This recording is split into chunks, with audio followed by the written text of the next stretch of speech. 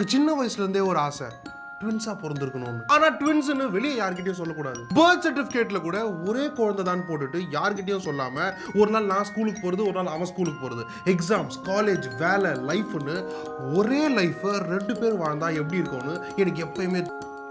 நமக்குன்னு இருக்கிற அடையாளம் என்ன? ஃபிங்கர் பிரிண்ட், நம்ம பேரு, நமக்குன்னு இருக்கிற முகம். 700 கோடி பேர்ல ஒவ்வொருத்தரும் வேற வேற மாதிரி இருக்கும்போது அதுல 2 பேர் ஒரே மாதிரி இருக்கிறது ஆச்சரியம் தான்.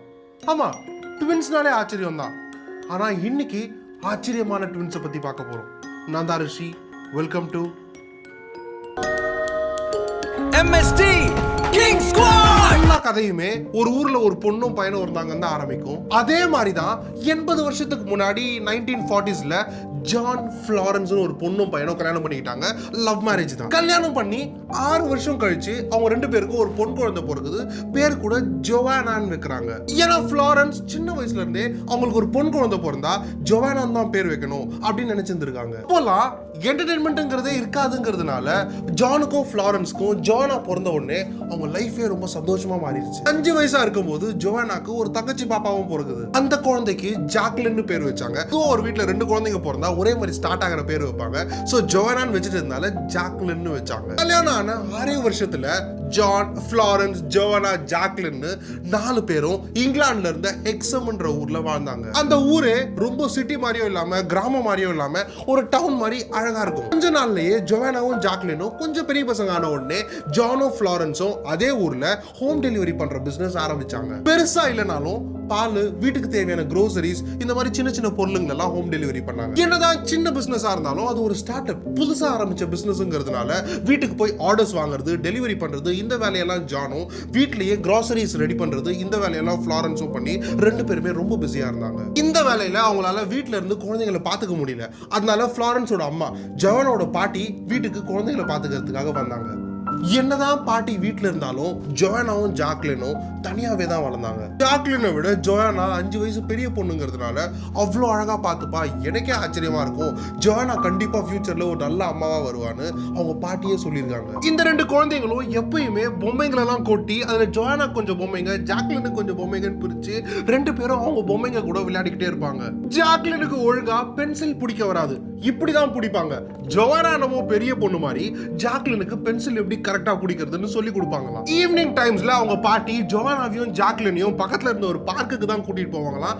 அந்த பார்க்குக்கு வர மற்ற குழந்தைங்களோட பேரண்ட்ஸ் கூட இந்த 2 குழந்தைங்களும் ரொம்ப மெச்சூர்டா பிஹேவ் பண்றாங்கன்னு ஆச்சரியமா பார்ப்பாங்க. இதே டைம்ல ஜானும் ஃப்ளாரன்ஸும் ஆரம்பிச்ச அந்த ஹோம் டெலிவரி பிசினஸ் ஹெக்ஸம் ஃபுல்லா கொஞ்சம் ஃபேமஸ் ஆகி நல்லாவே டெவலப் ஆயிட்டு வந்துச்சு. மே 7, 1957 அன்னைக்கு ஜோவானாவோட பாட்டிக்கு உடம்பு சரியில்லை. ஆனா அன்னைக்கு ஒரு சண்டேன்றதுனால சர்ச்சுக்கு போகணும்னு ஜோவானாவையும் ஜாக்லினையும் சர்ச்சுக்கு போக சொன்னாங்க. ஆனா சின்ன குழந்தைங்களை எப்படி தனியா அனுப்புறதுன்னு பக்கத்து வீட்டு பையன் அன்னைக்கு சர்ச்சுக்கு கிளம்பிட்டு இருந்தப்போ 3 பேரையும் ஒன்னா போக சொன்னாங்க. ஜாக்லினுக்கு 6 வயசு, ஜோவானாக்கு 11 வயசு, பக்கத்து வீட்டு பையனுக்கு 10 வயசு.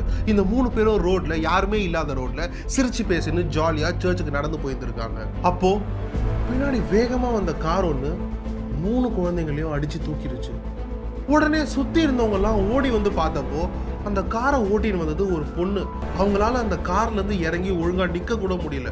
அவங்க யாருன்னு தெளிவா அவங்களுக்கு சொல்ல கூட தெரியல. அந்த பொண்ணு யாருன்னு விசாரிச்சப்போ அன்னைக்கு காலையில தான் கோர்ட்ல அவங்களோட டிவோர்ஸ் கேஸ் நடந்திருக்கு. அவங்க குழந்தைங்களோட கஸ்டடி அவங்க ஹஸ்பண்டுக்கு போயிட்டதுனால இனிமே அந்த பொண்ணால அவங்களோட குழந்தைங்களை பார்க்க முடியாதுன்னு கோர்ட்ல ஜட்ஜ்மெண்ட் வந்திருக்கு. இனிமே அவங்க குழந்தைங்களை பார்க்கவே முடியாதுன்னு ரொம்ப அப்செட் ஆனதுனால அந்த லேடி பெயின் கில்லர்ஸ், ஆபரேஷன்லாம் முடிஞ்சிட்ட அப்புறம் நம்மளுக்கு வலிக்க கூடாதுன்னு பெயின் கில்லர்ஸ் தருவாங்கல்ல, அதை நிறைய சாப்பிட்டுட்டு சூசைட் பண்ணணும்னு காரை வேகமா ஓட்டின்னு வந்திருக்காங்க. இப்போதான் அந்த லேடி, நான் சூசைட் பண்ணலாம் தான் போயிட்டு இருந்தேன், ரோட்ல இந்த குழந்தைங்களை பார்த்தேன், என் குழந்தைங்க என்கிட்ட இல்லைன்னா இந்த குழந்தைங்க மட்டும் ஏன் அவங்க அம்மா கூட இருக்கணும்னு போய் நான் வேணும்னே தான் இடிச்சேன் அப்படின்னு சொன்னாங்க. ஜோவானாவும் ஜாக்லினும் கார் இடிச்ச அதே இடத்துல செத்துட்டாங்க. அந்த பக்கத்து வீட்டு பையனை மட்டும் ஹாஸ்பிட்டலுக்கு ட்ரீட்மெண்ட்டுக்கு கூட்டிட்டு போய் அங்க செத்துட்டாங்க. இடிச்ச இந்த பொண்ணை கோர்ட் மென்டல் இன்ஸ்டிடியூஷன், மென்டல் ஹாஸ்பிட்டல்ல சேர்க்க சொல்லிட்டாங்க. ஃப்ளாரன்ஸும் ஜானும் இது நடந்ததுல இருந்து உடைஞ்சிட்டாங்க. நல்ல குழந்தைங்க, வளர்ந்து வந்த பிசினஸ்னு எல்லாமே இருந்தவங்க இப்ப எதுவுமே இல்லாம ஆயிட்டாங்க. பிசினஸ் எல்லாம் ஸ்டாப் பண்ணிட்டு பாட்டியை அவங்க வீட்டுக்கே அனுப்பிச்சிட்டு ஃப்ளாரன்ஸும் ஜானும் மட்டும் பூட்டின வீட்டுக்குள்ளேயே பல மாசமா இதையே நினைச்சிட்டு இருந்தாங்க. ஆனா அப்போ ஜானுக்கு சில கனவுங்க வர ஆரம்பிச்சிருக்கு. ஜோவானாவும் ஜாக்லினும் சொர்க்கத்துல இருக்க மாதிரி, அப்பா நான் உங்ககிட்டே வந்துடுறேன் அப்படின்னு சொல்ற மாதிரி ரெகுலரா ரொம்ப உண்மையா நடக்கிற மாதிரி கனவுங்க வந்திருக்கு. இதை ஃப்ளாரன்ஸ் கிட்ட சொன்னப்போ அவங்க ரொம்பவே அப்செட் ஆயிட்டாங்க. ஏன்னா அவங்க இது எல்லாத்தையும் மறந்துட்டு இதுல இருந்து வெளியே வரணும்னு நினைச்சிட்டு இருந்தாங்க. அப்ப ஜான் இதை பத்தியே பேசி திரும்ப திரும்ப ஞாபகப்படுத்திட்டே இருந்தாரு. அவங்க வீட்டுல அதிகமா யூஸ் பண்ணாத ஒரு ரூம் இருந்திருக்கு. அந்த ரூம்ல தான் குழந்தைங்க பொம்மைங்களை எல்லாம் கொட்டி விளையாடுவாங்க.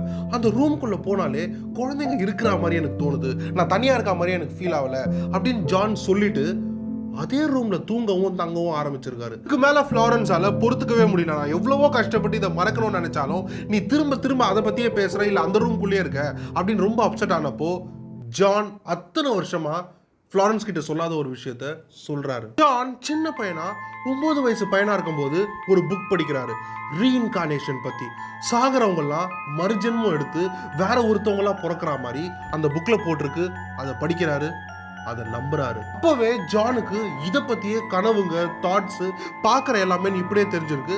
அவர் கூட இருந்த பசங்க கிட்ட சொன்னப்போ அவங்க போய் பெரியவங்க கிட்ட சொல்லி ஜானை கூப்பிட்டு திட்டிருக்காங்க. ஏன்னா ஜான் கேத்தலிக் கிறிஸ்டியன். கேத்தலிசம்ல செத்த அப்புறம் இன்னொரு லைஃப் இருக்கு, எட்டர்னல் லைஃப் இருக்கு. இங்க எப்படி வாழ்றோமோ செத்த அப்புறம் எட்டர்னல் லைஃப்ல ஜீசஸ் கிட்ட வாழ்வோம் அப்படின்னு நம்புறாங்க. அதனால ஜான் சொல்றது தப்பு, இந்த மாதிரி மத்த பசங்க கிட்ட சொல்றதெல்லாம் பாவம்னு அந்த சர்ச்ல இருக்கிற பெரியவங்களே ஜானை கூப்பிட்டு ஸ்ட்ரிக்டா கண்டிச்சிருக்காங்க. அதோட இதை பத்தி வெளியே பேசுறதையே நிப்பாட்டிட்டாரு ஜான். ஆனா ஜான் சின்ன பையனா இருக்கும்போது கடவுள் கிட்ட கேட்பாராம், எனக்கு காட்டுறீங்க, எனக்கு புரிய வைக்கிறீங்க, ஆனா ஒரே ஒரு ப்ரூஃப், ஒரே ஒரு எவிடன்ஸ் காட்டினீங்கன்னா நான் எடுத்துட்டு போய் என் சர்ச்ல இருக்கிற பெரியவங்க கிட்டலாம் காட்டுவேன்ல, ஸோ எனக்கு ஒரே ஒரு எவிடன்ஸ் காட்டுங்க அப்படின்னு ஜான் சின்ன பையனா இருக்கும்போது கடவுளை டெய்லி கேட்பாராம். இதை கேட்டுட்டு ஃப்ளாரன்ஸ், இப்பயே இதெல்லாம் என்கிட்ட சொல்றீங்க அப்படின்னு கேட்டப்போ நம்ம பசங்க திரும்ப நம்ம கிட்டே வர போறாங்க, நான் அதை கனவுல மட்டும் பார்க்கல நேர்லயும் பார்த்தேன் அப்படின்னு ஜான் சொன்னதுக்கு இதுக்கு மேல இதை என்னால டாலரேட்டே பண்ணிக்க முடியாதுன்னு சொல்லி ஃப்ளாரன்ஸ் டிவோர்ஸ் அப்ளை பண்ற வரைக்கும் போறாங்க. உடனே ஜான் இதுக்கு மேல இதை பத்தி நான் பேச மாட்டேன், ப்ராமிஸ் பண்றேன்னு சொல்லி ஃப்ளாரன்ஸை சமாதானப்படுத்தி வீட்லயே இருக்க வைக்கிறாரு. வீட்டுல இருந்த கொஞ்சம் மாசத்திலேயே ஃப்ளாரன்ஸ் எதிர்பார்க்காத டைம்ல பிரெக்னென்ட் ஆயிட்டாங்க. பொதுவா பிரெக்னென்ட் ஆகுறதுன்றதே ரொம்ப சந்தோஷமான ஒரு விஷயம் தான். ஆனா ஜான் ஃப்ளாரன்ஸோட வாழ்க்கையில இவ்வளோ கஷ்டத்துக்கு அப்புறம் பிரெக்னென்ட் ஆனப்போ 2 பேருக்குமே கொஞ்சம் சந்தோஷமா இருந்துச்சு. இந்த விஷயம் ஃப்ளாரன்ஸ்க்கு ரொம்ப ஷாக்கா இருந்தாலும் ஜானுக்கு இது நடக்க போகுதுன்னு அவருக்கு முன்னாடியே தெரியுன்ற மாதிரியும், அவர் இத்தனை நாளா சொல்லி யாருமே நம்பாத ஒரு விஷயம் இப்போ நடக்க போகுதுன்ற மாதிரியும் பிஹேவ் பண்ணிருந்தாரு. எதுக்கும் வெரிஃபை பண்ணிக்கலாம்னு ஹாஸ்பிட்டல் போனப்போ வயிற்றுல குழந்தை இருக்கிறது மட்டும் வெரிஃபை ஆகாம அந்த குழந்தை ரொம்ப ஹெல்தியா இருக்கணும்னு டாக்டர் சொல்லியிருக்காங்க. டியூ டேட்டும் வந்து ஜான், ஃப்ளாரன்ஸோட அம்மா டாக்டர்னு எல்லாரும் வெயிட் பண்ணி டெலிவரி பண்ணப்போ பிறந்தது ட்வின்ஸ், 2 குழந்தைங்க. இப்போ எல்லாருக்குமே இது ஷாக்கு தான். ஏன்னா டாக்டர் குழந்தை ஹெல்த்தியா இருக்குன்னு சொன்னப்போ அது ட்வின்ஸா அப்படின்னு ஜான் 2 முறை கேட்டப்போ டாக்டர் இல்ல ஒரு குழந்தை தான் அப்படின்னு சொல்லியிருந்தாங்க. பிறந்த 2மே கேர்ள் பேபிஸ், பெண் குழந்தைங்க. ஐ நோ இது நடந்துச்சுன்றதை ஏத்துக்கிறதுக்கே எல்லாருக்கும் கொஞ்ச நாள் ஆச்சு. குழந்தைங்களுக்கு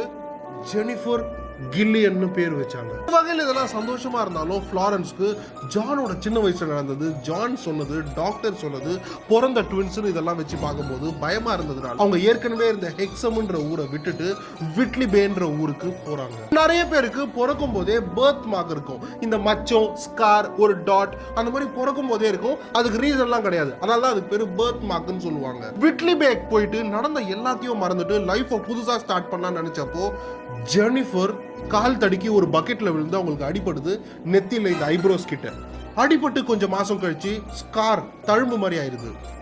அந்த தழும்பை பார்க்கும்போது தான் ஜோவானாக்கும் அதே இடத்துல அதே மாதிரி ஒரு பர்த் மார்க் இருந்திருக்கு. ஜானோ ஃப்ளாரன்ஸோ இந்த புது ஊருக்கு வந்ததே நடந்ததெல்லாம் மறக்கணும்ன்றது ஒரு ரீசனா இருந்தாலும் இந்த குழந்தைங்களுக்கு நடந்த எதுவுமே தெரியக்கூடாது.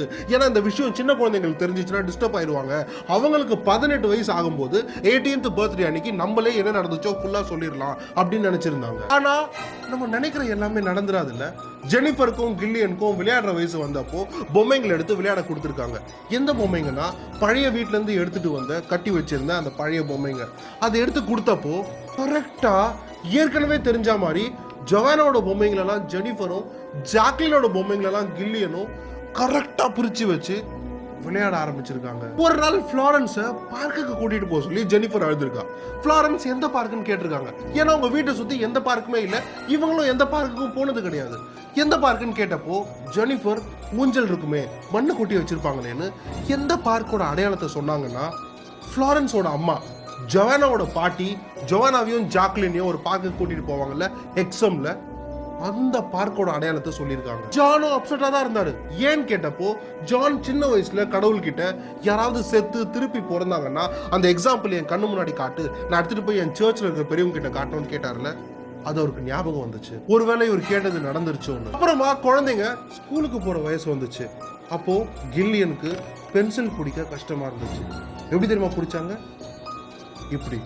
அதோட முடிஞ்சது. ஃப்ளாரன்ஸால இதுக்கு மேல டாலரேட்டே பண்ணிக்க முடியாதுன்னு அப்போ இருந்த ஒரு famous psychologist doctor Ian Stevenson கிட்ட அவங்களோட குழந்தைகளை கூட்டிட்டு போறாங்க. இந்த மாதிரி வியர்டான விசித்திரமான கேசஸை ஹேண்டில் பண்றதுக்குன்னே படிச்ச ஒரு சைக்காலஜிஸ்ட்னாலேயே இது அக்செப்ட் பண்ணிக்க முடியல. அவருக்கு அவ்வளோ ஆச்சரியமா இருந்துச்சு, நம்ப முடியாத மாதிரி இருந்துச்சு. இப்படி நடக்க வாய்ப்பே இல்லை, இது ஒரு மேஜிக்கா தான் இருக்கணும்னு 1987ல doctor Ian Stevenson children who remembered their past லைஃப்ஸ்னு இந்த ஜெனிஃபர் கில்லியன் ட்வின்ஸை பத்தி ஒரு புக்கே எழுதுறாரு. சின்ன வயசுல இருந்தே வீட்டுல யாராவது பெரியவங்க செத்துட்டா இவங்க எங்க போனாங்க, திரும்ப வரவே மாட்டாங்களா, பயத்துக்குள்ள இருந்து எப்படி ஒரு பாப்பா உயிரோட வரும்? இந்த மாதிரி நம்ம எல்லாருக்குமே இருந்த நிறைய क्वेश्चंसக்கு ஜெனிஃபர் கில்லியனோட ஸ்டோரி ஆன்சர்ஸ் கொடுத்திருக்கு. அப்புறம் இந்த ட்வின்ஸுக்கு 18 வயசு ஆன அப்புறம் தான் எல்லாத்தையும் சொல்லலாம்னு இருந்தாங்க. அப்புறம் ஏன் தெரியுமா பாதியிலே டாக்டர் கிட்ட தூக்கிட்டு ஓடினாங்க. ஜெனிஃபரும் கில்லியனும் ரோட்ல போகும்போது கார் எதுனா வேகமா போனாலோ இல்ல கார் ஹார்ன் அடிச்சாலோ காதை டைட்டா மூடின்னு கத்த ஆரம்பிச்சிட்டாங்களாம். ரிஷ் கேங், அடுத்த வீடியோல பாக்குற வரைக்கும்